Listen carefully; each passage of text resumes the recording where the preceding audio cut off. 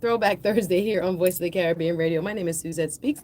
I'm your hostess with the mostest. I'm always here giving you news you can use, hot topics, social media trends, and I always like to say there's so much news and so little time. Yeah, I have so much to talk about. I'm looking for positive news too. Trust me. I do look for positive news, but as we go through the news cycle in the last few weeks, we know there's so much going on. But I will start with the positive. Did you guys see the Oscars? No, I didn't watch it either. I'm not gonna lie to you. I did watch the highlight clips of the Oscars, and I am so happy for one of the actors that won, and that is none other than the incomparable Michael B. Jordan. Yes. Did you guys watch the clips? I did not watch the entire thing. But I'm very happy with the outcome from what I saw in the best male actor category. Of course, the 98th Oscars was held this past Sunday, and it is Hollywood's premiere night. Supposedly, the best of the best come together to vote, right? And to give honor where honor is due. And we had a huge win at the 2026 Academy Awards. Michael B. Jordan won his first Oscar. And I will tell you, as I'm, kind of laying in my bed looking at stories last night, I have to start with some positivity because there's so much we're going to talk about that's a little bit heavier, but it's some things that we need to take account of. Let's first and foremost give some props to Mr. Humble Lion. Yes, big up Humble Lion. Always getting us through on the Throwback Thursday, like the old school mix as usual. And throughout the day, you'll hear some of the best in classic. I'll say classic. No, me not feel old, but 90s is considered classic and before. But we'll get the classic music going. Not classic music, but classic reggae, classic soca, classic dancehall, and oldies. This is the day, right? Thursdays are throwback old school Thursdays here on Voice of the Caribbean. But here I am, ready to talk news. Y'all ready? Y'all ready? I know, like I said, every time I turn on the news and in the newspaper, I was reading some craziness last night. I'm going to talk about one of the most storied Mexican American heroes that, according to a New York Times investigation, some craziness has come out. Let me tell you, nobody's safe right now. It's very, very disturbing. Every time I open my eyes, there seems to be a new allegation of somebody who had the public's trust, or in this case, one of the heroes, one of the most famous people to represent workers' rights in the United States and the fight for civil rights for Latino Americans. Like, we have to talk about it. So I'm gonna talk about a breaking news story that came out in the New York Times yesterday.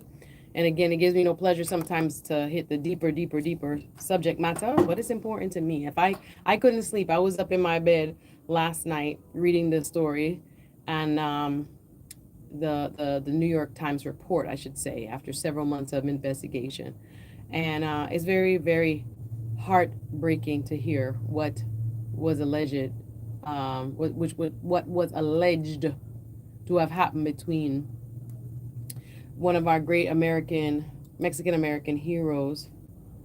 Yeah, let's hold on that story. Let's get some positive news before we get into it. How's everybody doing? Happy Thursday. We're just coming in fire blazing.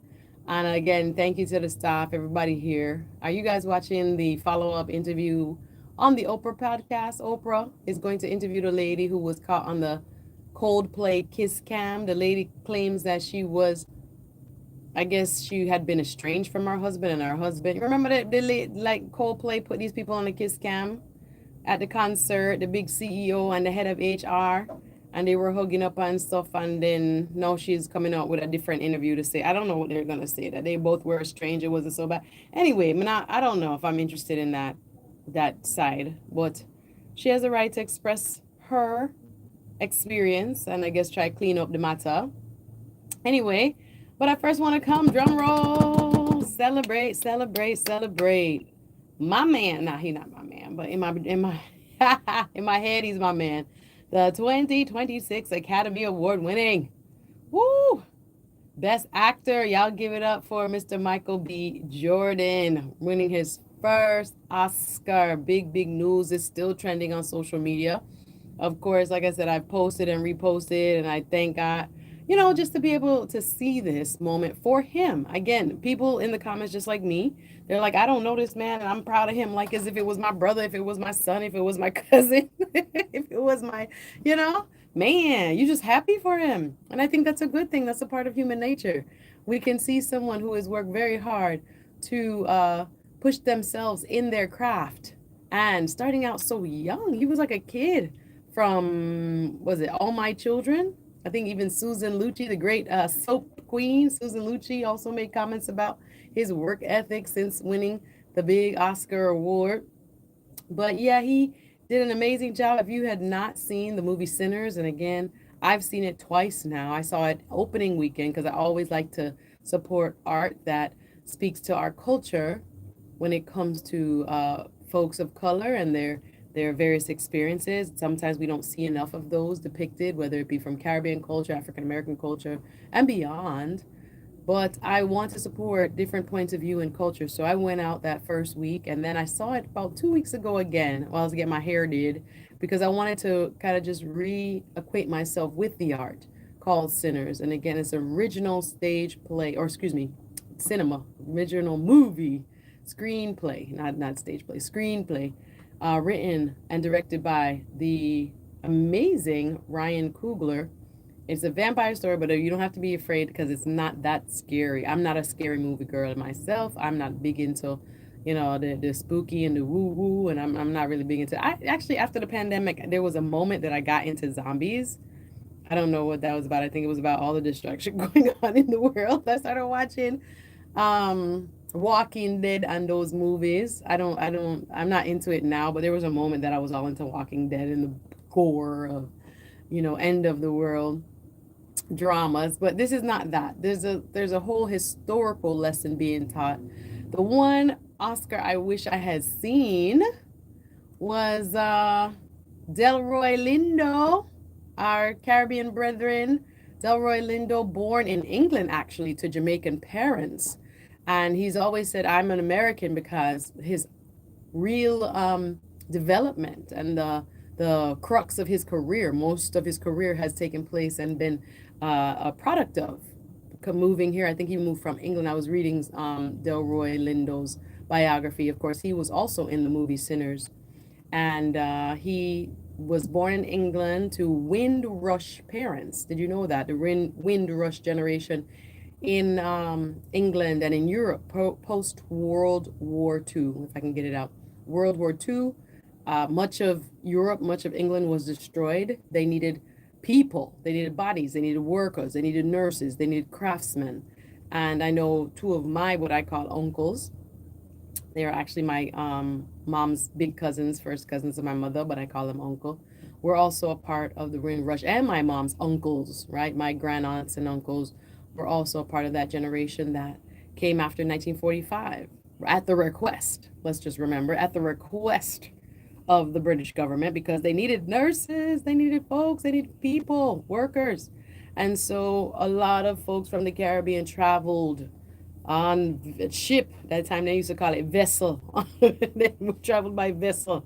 And there was no internet, there was no real phone communication, right?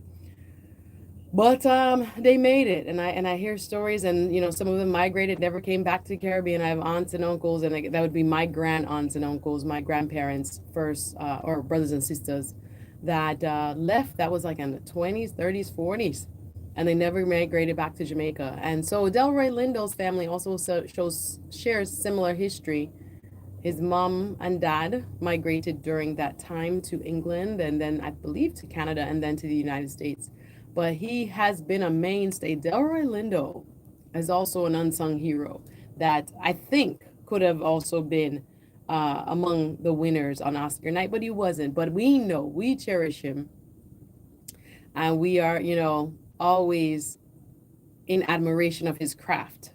And to see him and Michael B. Jordan, the way they've been interacting, again, you have to realize that the Oscars are a campaign. It's not just about being the best. That's another thing. There's some politics in it, meaning how people feel or swaying people to your side, right? To show them that your performance, your cinema is worthy and the best of the season, right? So there's a whole bunch of politics that goes along with it. But anyway, shout out to Delroy Lindo as well as Oscar winner. Can you imagine Michael B. Jordan? He looked shocked, guys. If you didn't see the video, I watched it. I can't tell you countless times of when they call his name when Adrian Brody, the presenter, called his name. He almost looked like he was about to faint. He lost his breath quite literally. You could see him take a deep breath in, like, oh my gosh, they called my name for real. Eyes open wide, mouth just agape. It was very, very interesting to see, because you have to, in those scenarios, build yourself up just in case you do lose, because that is very common. And I know people who are used to, competition are also used to disappointment. That's a part of it, right? You don't win everything. So in the award season, it's a long season. Like I said, it's a long campaign where you're going to different parts of the globe during the awards season and sharing the art and sharing your story and kind of letting people get to know you. So it's very interesting to watch. And like I said, it, there were some expectations that Sinners could have won more, that there were other categories, for example, best ensemble, casting, etc., that they could have won, but they came home with a few big ones, like three, I believe, and one of them also was historic with the first woman winning best cinematographer.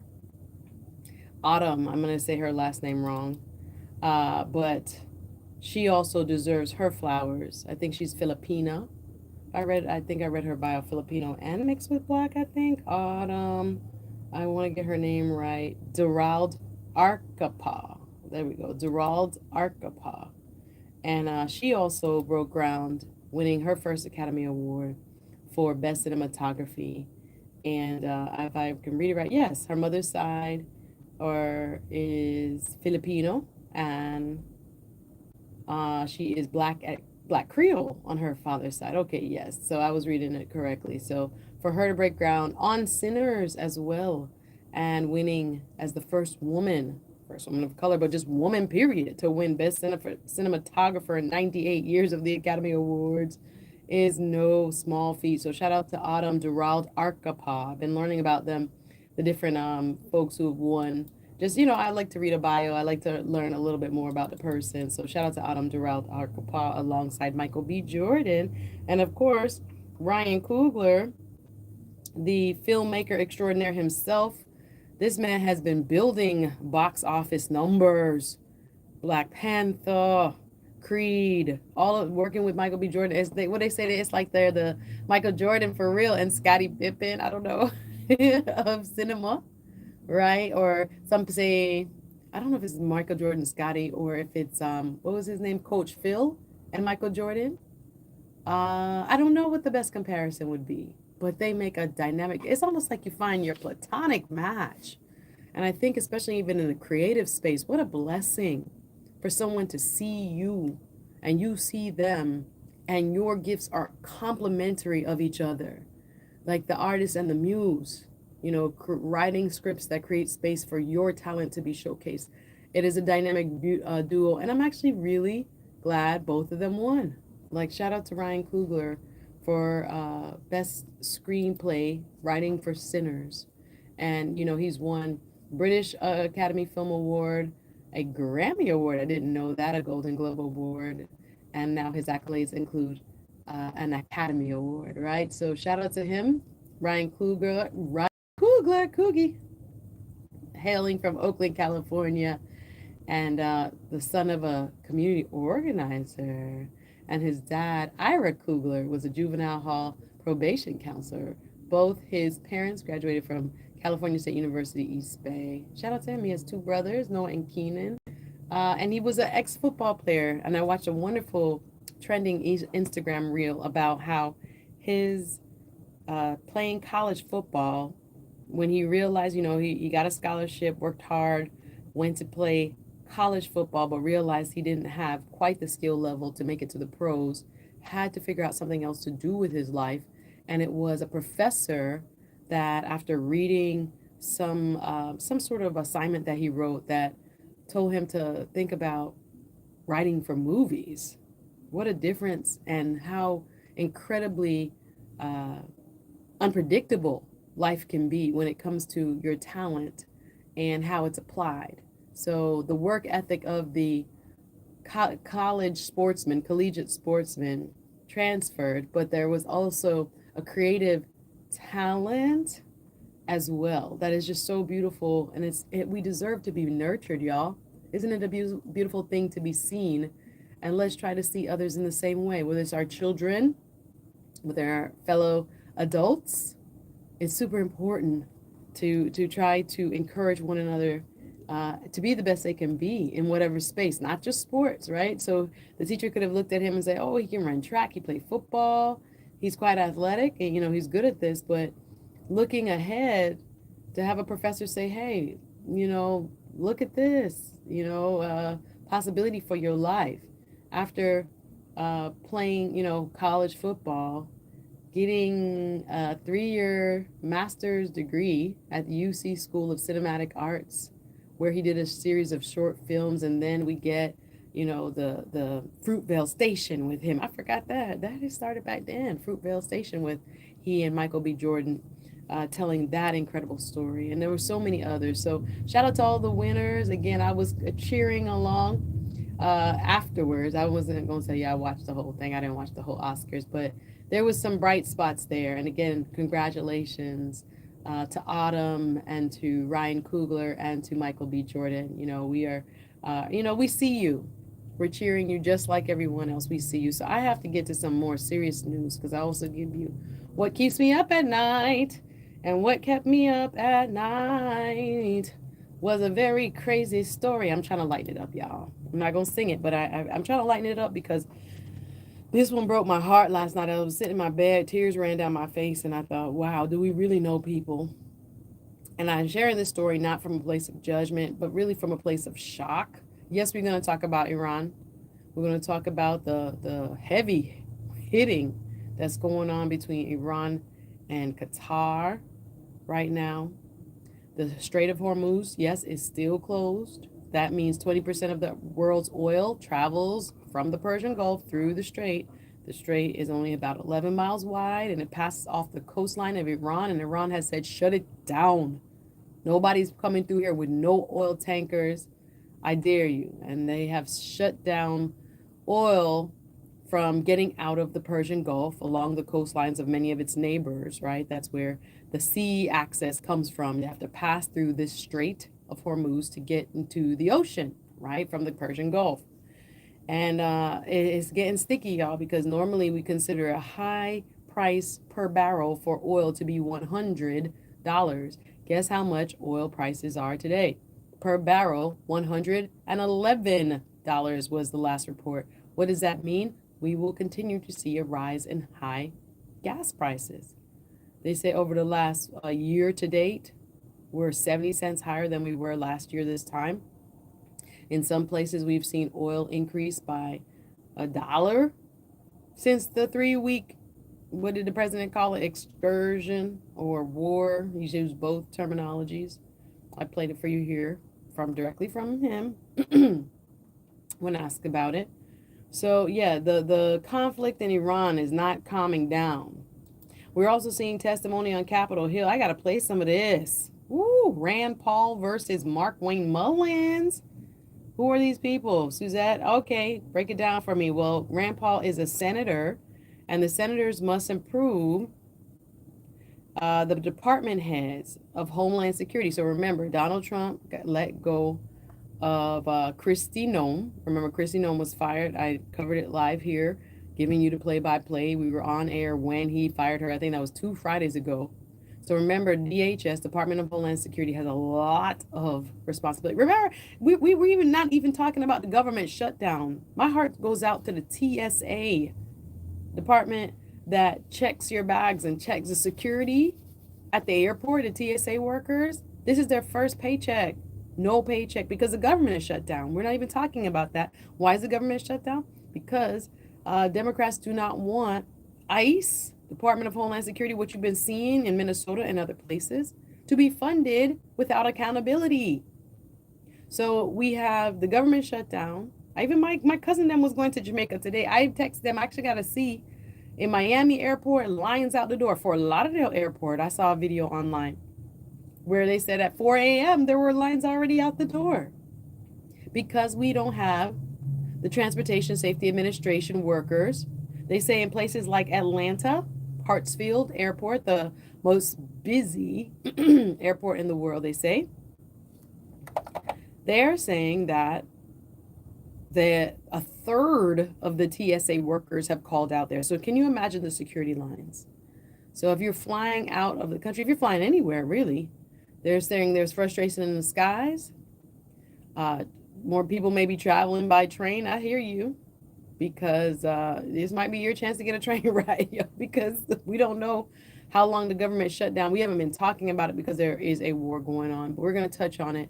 But I wanted to play some clips for you. After the break, I'll do so, of Rand Paul, Markwayne Mullin, and others. This is the Suzette Speaks Show. I come to you live Thursdays and Fridays, 1 p.m. to 2 p.m. right here on Voice of the Caribbean. We got to take a quick notification break. We'll be right back. The all-new Voice of the Caribbean. Better sounding radio. The Voice of the Caribbean. Follow us on Instagram, Facebook, X, TikTok, and YouTube. Welcome back. That was a quick station ID. This is Suzette Speaks live on 101.5 FM HD2, reaching you all the way from Key Largo up to Jupiter, Wagwan, also simulcasting in Fort Lauderdale. What's up, Broward County, 96.9 FM. And you can always catch us on the app. Download the app, y'all. Are you still not downloading the app? Yes, Voice of the Caribbean is an app in your app store, whether you are an Android like me with the Google Play Store, or if you are, what's the other one? The Apple Store? Yeah. If you want to do it, go ahead. Make sure to download. Excuse me. Drinking my green tea. No, what am I drinking? I'm drinking my ginger today. I got my real ginger root. I'm going to peel it. I just use a spoon and kind of scrape off the outside. I don't know if that's considered peeling it, but I take off the outside and put a little lemon and warm water. I'm in a warm water tea kind of vicinity. So what did you guys watch the hearings? Did you guys watch any of the hearings yesterday? There are a lot of hearings going on, and we have the Congress of the United States in their oversight role, right? So remember the three branches of government: the president, the executive. Remember the judicial interprets the laws, and we're supposed to have the president, I think, enforce the laws, but we're going through something right now. Okay, Suzette, don't get too deep. And the legislative branch makes the laws and has oversight over the executive in terms of their cabinet appointments. Who is the Department of Education head? Who is the Department of, in this case, Homeland Security? So President Trump, after firing, I guess, for lack of a better term, Kristi Noem, and the vacancy being there, again, this is a department that has far-reaching powers. They're looking for the new person. He named him pretty much right away. I think he's from Oklahoma, Markwayne Mullin, or they just say Markwayne Mullins. Well, in his confirmation hearing, there was a fire exchange between he and one of the senators. Now, mind you, he is a former senator, and he was a state Congress. No, actually, he went to D.C. He was a congressperson. But it was a testy, is the very, I would say, liberal way of putting it, exchange between he and Senator Rand Paul over an issue that Rand Paul had with violence, and saying that Markwayne Mullins, President Trump's nominee for Department of Homeland Security Secretary, he said, you were advocating against violence against me. And, Markwayne Mullin kept saying, Senator, I didn't say that. I said I could understand why someone attacked you. Anyway, I'm going to play a little bit of it.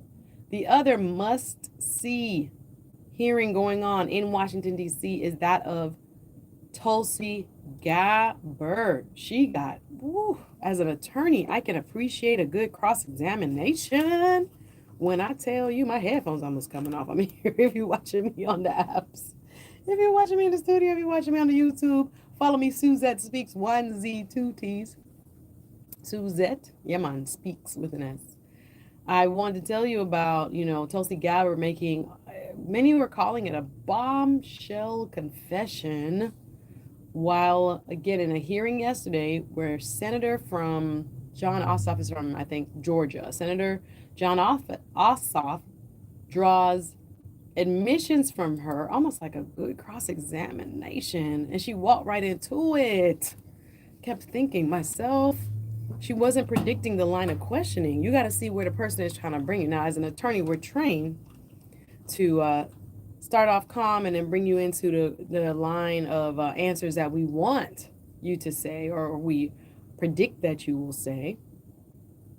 But she left some doubt as to whether there was an imminent threat from Iran as described by the President of the United States and others in his administration, saying that, was there a reason for us to go to war? And it didn't seem like she was on board when she was being asked questions yesterday during the congressional oversight hearing. It's very interesting. I want to play some of it. There was a sad story that I was in my bed looking at. And again, shout out to Ryan Coogler. Shout out to Chadwick Boseman. Jesus, Lord. Chadwick Boseman was on my mind, y'all. Rest in peace, the Black Panther.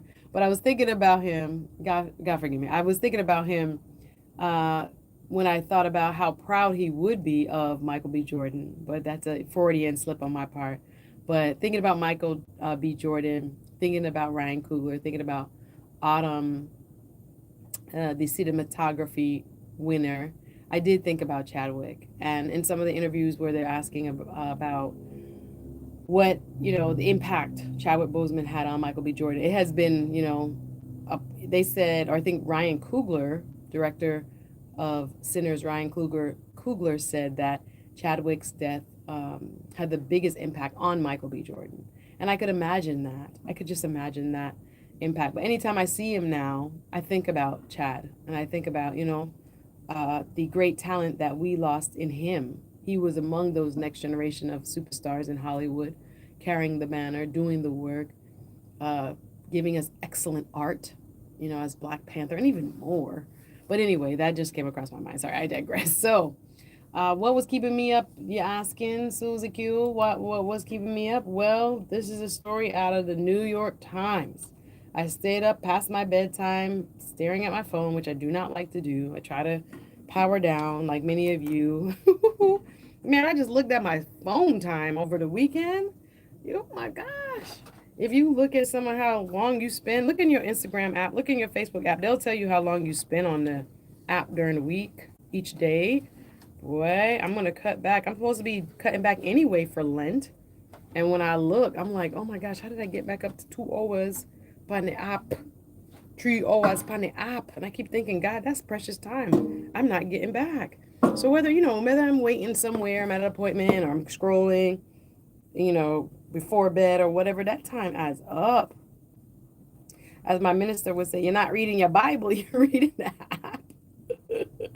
How is this improving your life? Now, mind you, in the last couple of days, I do have to read more because I'm getting ready for my show, of course. So in getting ready for my show, I do have to read news. But still, I keep thinking, golly, I know what I try to do and not overuse the app. But so I can imagine how other people are, poor thing, getting addicted. You got to watch your app time, guys. It's important to know what's going on. But I also have to look around and be like, God, please help me. I got to get off this app. Spending so much time on these apps. Anyway, so the breaking news also that I must cover, and it pains me to cover this, but and again, I'm not even going to play all of the audio I have for this story. I don't know if it's appropriate, and it could be triggering because of the nature of the allegations, but we must talk about American labor leader and civil rights activist, the late Cesar Chavez, born March 31st. Listen, his birthday was actually in a state holiday in California. There are so many Cesar Chavez streets and fairs and, memorials and all kinds of labor focus, meaning the people who are the farm workers, the people who organized due to his efforts and other efforts.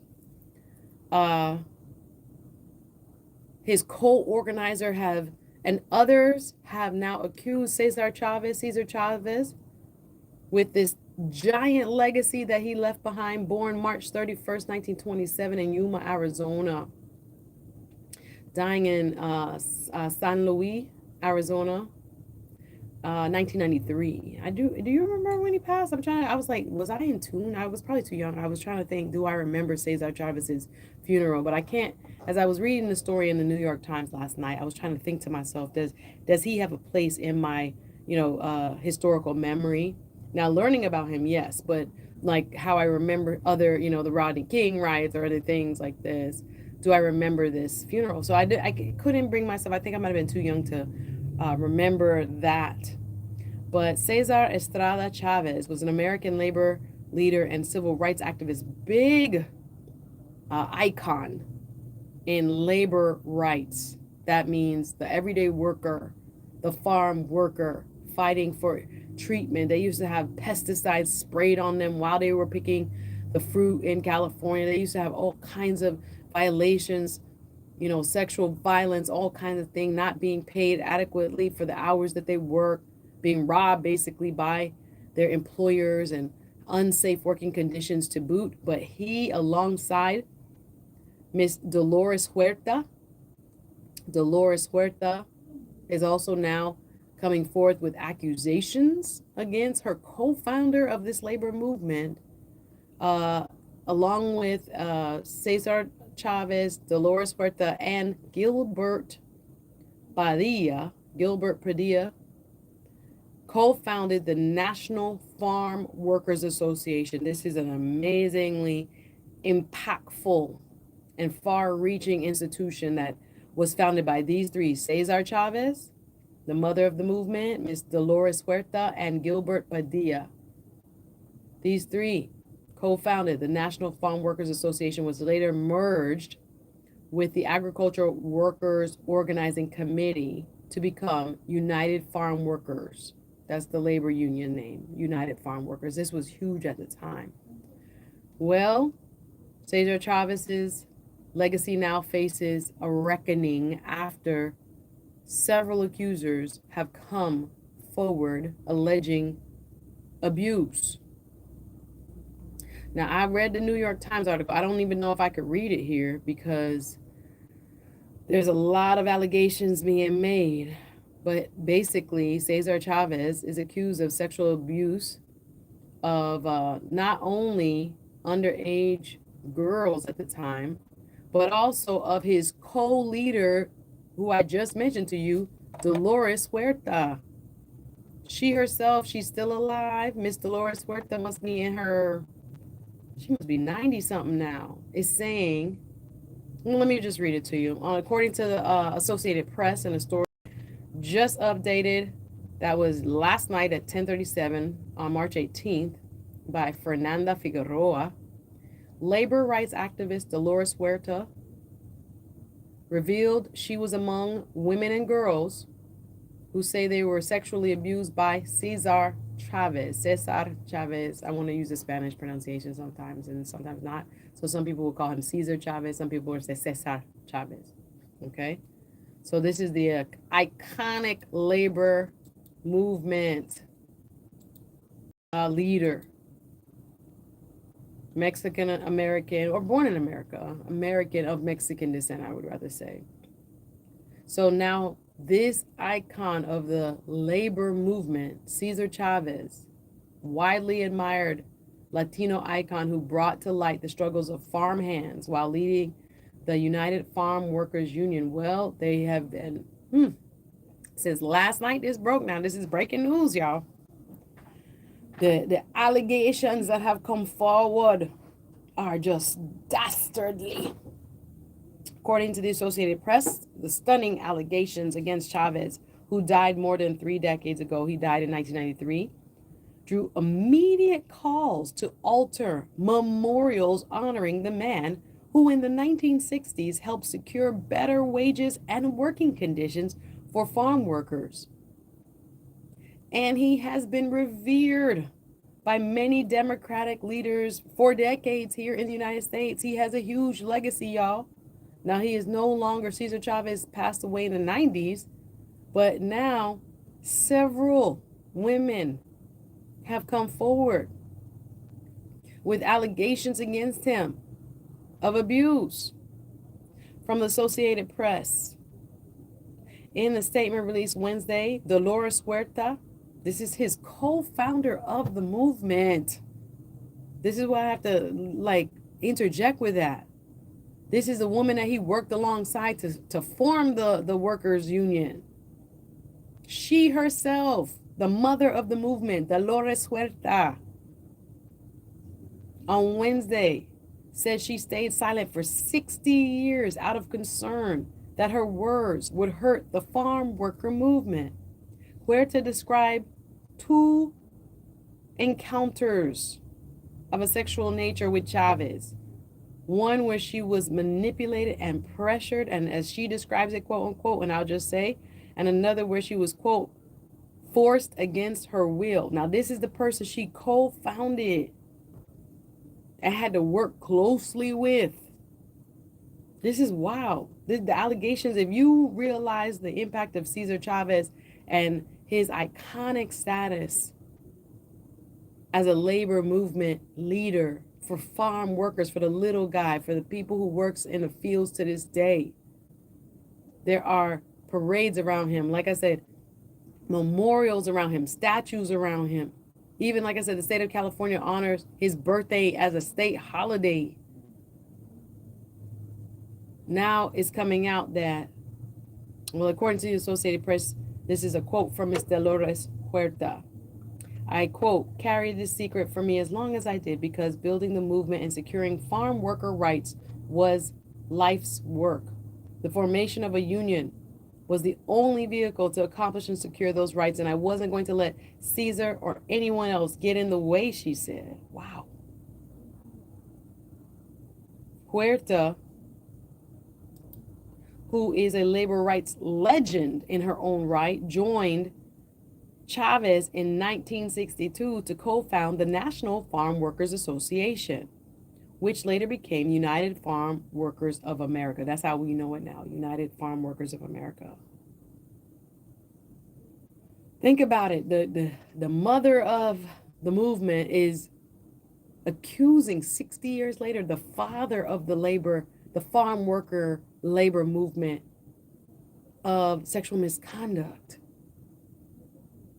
The 2 most known entities, most known names in the labor movement, Dolores Huerta and Cesar Chavez, she is accusing him of violating her. It's crazy.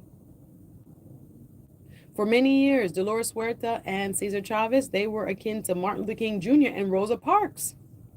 That's how they are their memory takes shape in the movement for farm workers. They're akin to Martin Luther King of the farm working movement and the Rosa Parks of the farm workers movement because of their work advocating for racial equality and civil rights.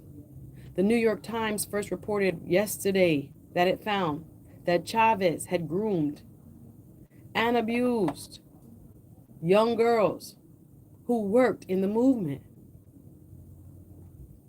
Huerta, too, revealed to the newspaper, the New York Times, this is according to the Associated Press in an article published and updated last night on Wednesday, March 18th.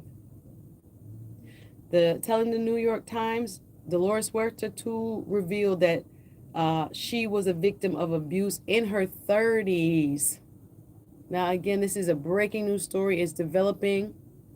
The Chavez family has responded saying they are sensitive to, what victims are describing was a part of now Mr. Chavez's legacy. But he was a leader of this broad movement. He's almost like a cult of personality. And, very highly recognized and revered for this huge social movement that he led. And, many honor him all over. I was reading online that because of these allegations, there are parades and public memorials and things from Arizona to Cali to all over the Southwest where there are farm workers that people are now saying, wow, we need to cover the statues, tear down the statues, no longer call it Cesar Chavez Day. Call it Farm Workers' Rights Day or something like that. It's a big hubbubaloo. Now here in South Florida, or maybe on the East Coast, his name may not be as I mean, it depends on your kind of exposure, but it may not be as ubiquitous as it is in the west of the country. But let me tell you, the reason why this story is breaking the internet is because Mr. Chavez was a big deal, is the best way I could put it. Once again, if you're headed to the airport, TSA staffing shortages are causing long wait lines. That's a big headline also. Because of the government shutdown. Did you guys know that the government is shut down? Did they not tell you this? 60,000 TSA workers, many of them are calling out because they are no longer receiving a paycheck, their first paycheck or without pay, their first pay period without pay. Of course, it's impacting our local airports from Miami to Fort Lauderdale. Arrive early, says airport employees, because they're understaffed and they can barely keep up with the demand now. So, but this Cesar Chavez story,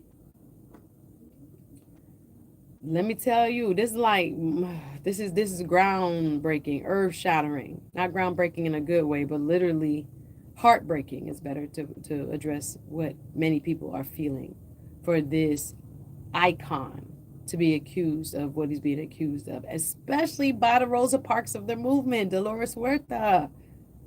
Think about that. Huerta later said both the encounters that she described to the New York Times with Chavez led to pregnancies, which she kept secret.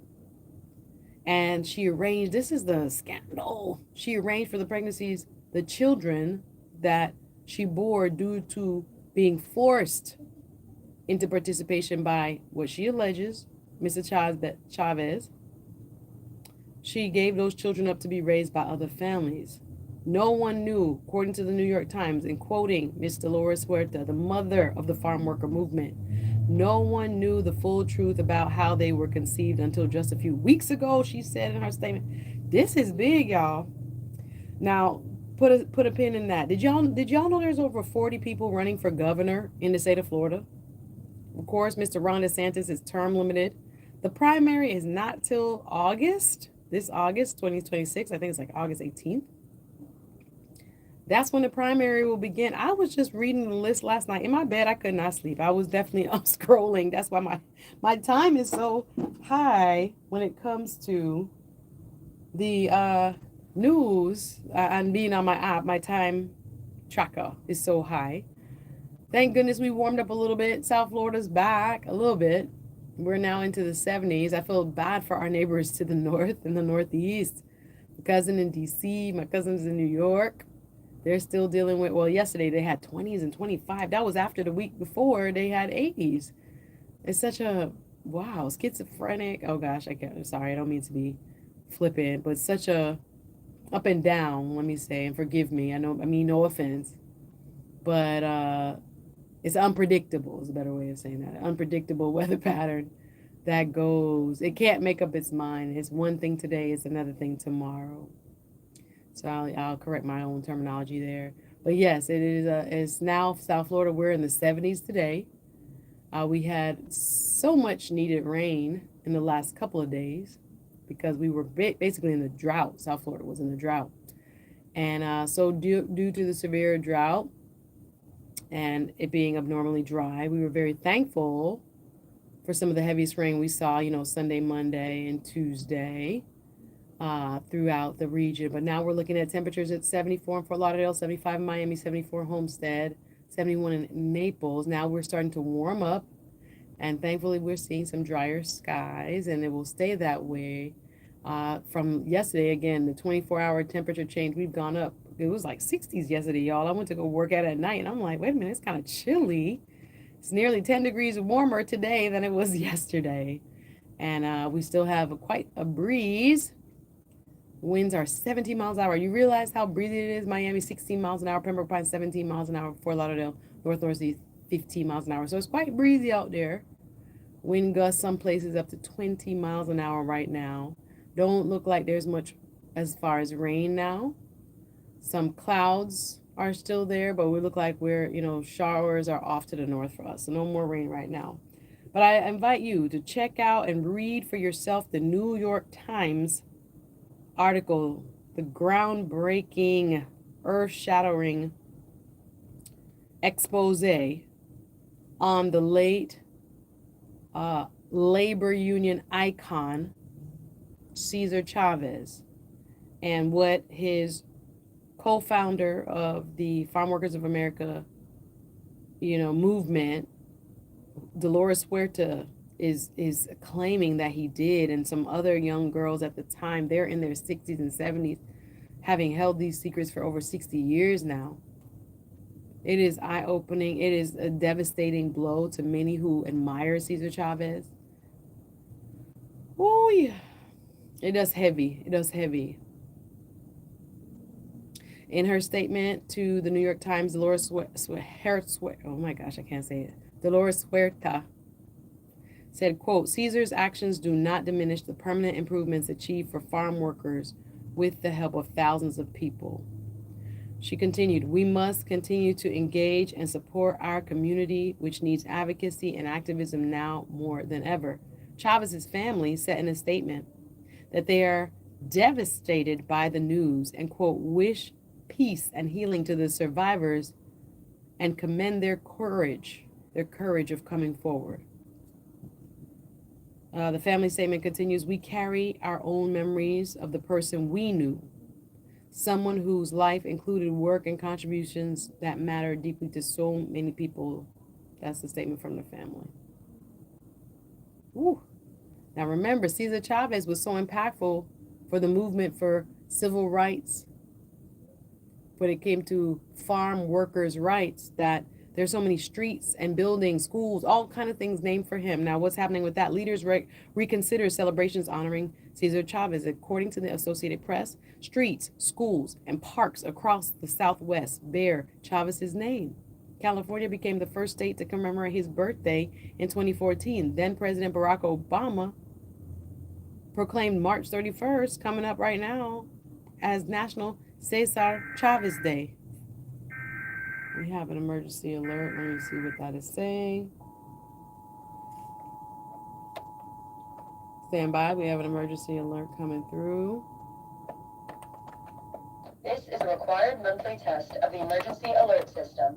Had this been an actual emergency or dangerous situation, official messages and directions would have followed the alert tones. This test is brought to you by the Florida Division of Emergency Management, the Florida Association of Broadcasters, and your local broadcast station or cable provider. This concludes the required monthly test.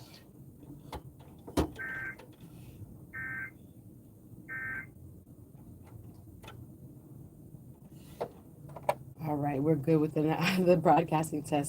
Sometimes those come in very randomly, but we, as again a broadcaster, are responsible for getting you information in case of an emergency. So they are our government that is allowed to, and the regulators, to come in and just test the system to make sure we can assist in getting information and correct information out to the public were an emergency to occur. So we always want to keep in mind, we want to stay in compliance with that. Sorry for the interruption. So anyway, Cesar Chavez, the great farm workers icon, the great hero to many in the Southwest of the United States and beyond, has now been accused of abuse.